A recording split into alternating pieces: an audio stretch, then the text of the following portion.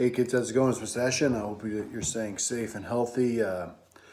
Miss you guys. I know this has been difficult, but hey, we're keep learning, get our education, and so today we're looking at the Harlem Renaissance, one of the more important events in the 1920s, of the more important decades of the 20th century. So the Harlem Renaissance, let's start off with what Renaissance means. It means rebirth, revival. And what we see with the Harlem Renaissance, it is a celebration of African American culture. And for many African Americans in the early parts of this country's history, very difficult to celebrate, especially when you dealt with slavery, segregation, racism. However, the Harlem Renaissance takes place because many African Americans moved north during the Great Migration in the 1910s, particularly during World War I.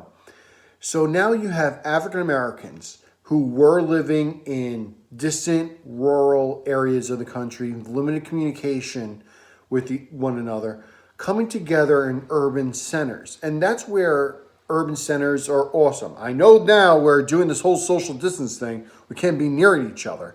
But for 99.999% of our history, coming together is a very important element of creating culture and us coming as one, and for a culture to take off and to really breathe and breed to get bigger.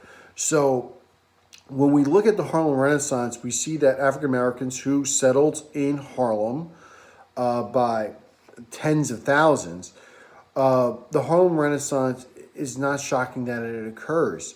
So it kind of gives an identity to African Americans, and they were able to showcase their talents through art, through literature, through music, and we see it's kind of like a creative expression.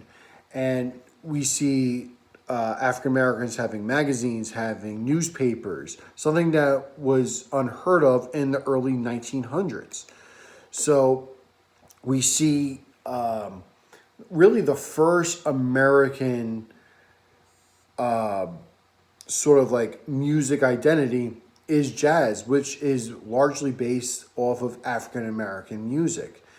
And we see composers such as Duke Ellington and his orchestra being played across the country. And when we see that all this culture coming together, it kind of makes people celebrate who they are.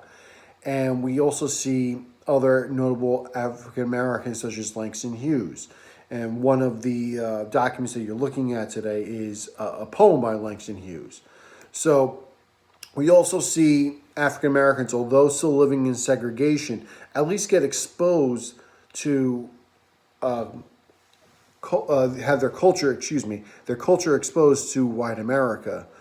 And we also see the Negro Leagues of Major League Baseball pop up, like the New York Black Yankees, the Kansas City Monarchs.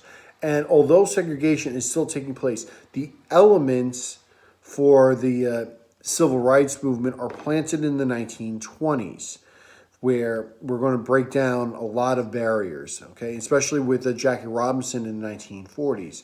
So by being in mainstream and accepted in mainstream America, particularly in New York City, the Harlem Renaissance is very successful. It is still examined today. A lot of great art, a lot of great literature, even by lesser known artists.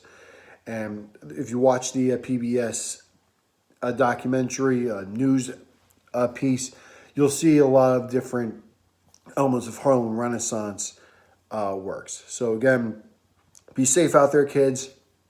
I'll talk to you soon. Have a great day.